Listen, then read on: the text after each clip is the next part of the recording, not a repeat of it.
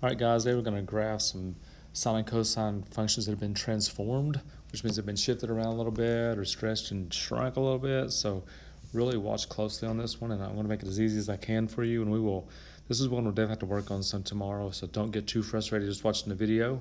But again, take notes, watch it a couple of times if you need to, and I think it'll make sense. All right, we're going to graph equations look like this. Y equals A cosine bx minus c plus d. It could also be sine, so just sine and cosine functions. It could be a sign there, where the important stuff is going to be the a, the b, the c, and the d, and what all those mean. So we'll start with the a first. A stands for amplitude, or how high or low your graph goes from the middle, and I think we've done that one before. But cosine, remember, usually starts at 1, but because there's 3 here, it's going to start up like this. It's going to go down, down, back up. Talked about that the other day. Down, down, down. I did 2 periods here, so the graph's I'm just gonna connect those with the curve, trying to anyway, and it's gonna look something like that. Cosine 3. The number in the front is the amplitude, how far up and down you go from the center or from the midline of your graph. Okay, the second one is B. The B changes the period. My program here doesn't have a pi symbol, so I'm using 2 T's to stand for pi. So the way you find the period is you do 2 pi divided by b. And period is how far you go before it repeats. Usually we go to 2 pi every time with sine and cosine, but if there's a number in the front, we're not going to go quite that far. So for example, this first one says sine 2x. So what I'm going to do is I would do 2 pi divided by whatever's in front of the x, which is 2. So I'm going to go to 1 pi. So my 4 slash, instead of being 2 pi, is going to be 1 pi, which means that's going to be 1 pi over 2. The fourth one over here is going to be 2 pi. So I'm going to put my points up here. Sine starts at 0, it goes up, then goes back down, and back up to where you started. Do the same pattern again, goes up, back down, and back where you started again. So if you just connect those, now the only difference in that graph and the ones we've done before is I've gone to 2 pi for 1 period, now I'm just going to 1 pi. Let's go one more of those. What if it has a 1/2 in the front? You're still going to do the same thing. I'm going to do 2 pi divided by 1/2, which is really, this may look weird at first, but that's 4 pi, because when you divide by fraction, remember you multiply by reciprocal, so I'm really doing 2 pi times 2. So that means my 4 slash is going to be 4 pi, halfway is going to be 2 pi, my other 4 slash is going to be 8 pi. There's a 1 in the front. All right, so I'm just going to put my points up there. It's cosine. Cosine starts at 1. Goes down like this, back up. I'll do one more period. Goes down like this, back up. I'm just going to connect those like I always do. And that's it. So we have 2 things so far. Number in the front, amplitude, makes it go higher or lower. Period, right in front of the x, makes it go, tells you how far to go left and right. All right, the next thing is phase shift, which is actually going to take your whole graph and shift it left or right, which is going to, probably the easiest way to talk about this is we're actually going to not start our graph at 0 this time at the origin. We're going to start at wherever the shift takes us. And the way you find the phase shift is you always do negative c over b. Remember, c is this term, b is always in front of your x, a is out here. They're both, a and b are both 1 this time. So to figure out how to shift it, I'm going to do negative c, which in this case would be positive pi over 2, over b, which is just 1, which is pi over 2. So when I draw my graph down here, which I thought I had already drawn it, but obviously I have not. So when I draw my graph and start my graph, instead of starting it at 0, I'm gonna start my graph at pi over 2, because that's my phase shift. That's where I'm gonna start my graph.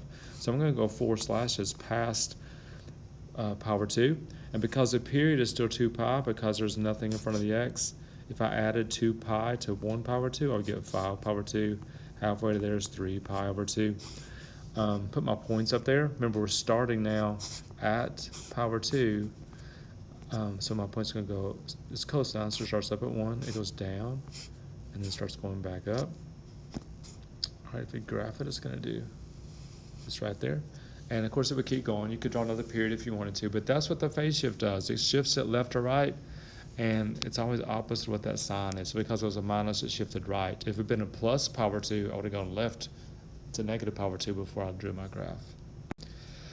And the last thing, vertical shift is the number is D, which is number out here. You know, it's going to shift the whole graph up or down, the entire graph. Now, watch how I do this one, and hopefully it makes a little bit of sense to you. It's cosine, there's a 3 in the front, so my amplitude is 3, which means I'm going to start up here, go down, down, up, up. That's now, if I did not have the +2 at the end, that would be my graph. But the +2 is going to take all those points and shift them up 2. So I'm going to take that point up 2 units, this point up 2 units, the point down here up 2 units, this point up 2, that point up 2.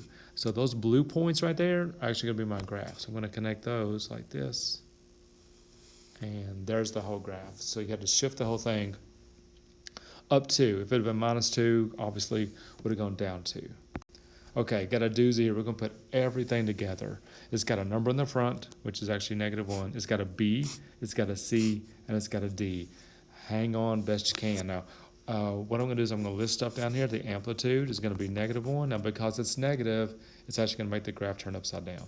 The period is 2 pi divided by B, which in this case is 2, so it's just going to be 1 pi. The phase shift, remember, is -c over B, which is going to be pi over 2. And the vertical shift is going to be 1 because there's a 1 at the end. That's a lot of stuff. Hang in here. Let's see what we can do. First of all, I'm going to start my graph at pi because that's my phase shift. So, and it's cosine, so cosine is going to start at 1. It's going to go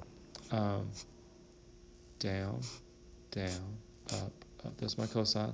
Down, down, up, up. Now, usually I'd go ahead and connect those, but two things are going on here. I have a +1, which is going to shift the whole graph up 1, but it also has a negative sign in the front. So first thing I'm going to do first is that negative sign flips your graph over the x-axis. It turns it upside down. So I'm going to change colors. The blue, I'm flipping the red to the opposite, this one. Or it's just turning it upside down is all I'm doing. Everything that's above the x-axis has come below it. That's what the blue does. So if I were finished right now, my graph would look like, well, you can connect the blue dots in your head. That's what it would look like. But because it's a +1, I'm going to move those blue dots up 1. That one comes up here. This, I lost the one on the x-axis goes to there. The one, this blue one goes to there. This blue one comes to there. I'm losing them. Oh, the x-axis again. There it is. I'm losing them on the x-axis because I didn't draw them again. And then there. So, final answer, believe it or not, this is black curve right here. They got flipped upside down, squished sideways, raised up 1, all that stuff. I got shifted over pi. So, pi over 2, I should say. That's a lot of stuff. I don't know if I will give you one quite as much with everything in there, but I wanted you to see what happens if you did have everything in there. So hopefully that video wasn't too bad. A lot of stuff though, 4 different things you got to worry about. We will be doing this kind of thing a lot, like just listing what would happen. So I hope you understand what the letters stand for. That's the main thing. And we'll work on it tomorrow. So don't worry too much about it. I'll see you tomorrow.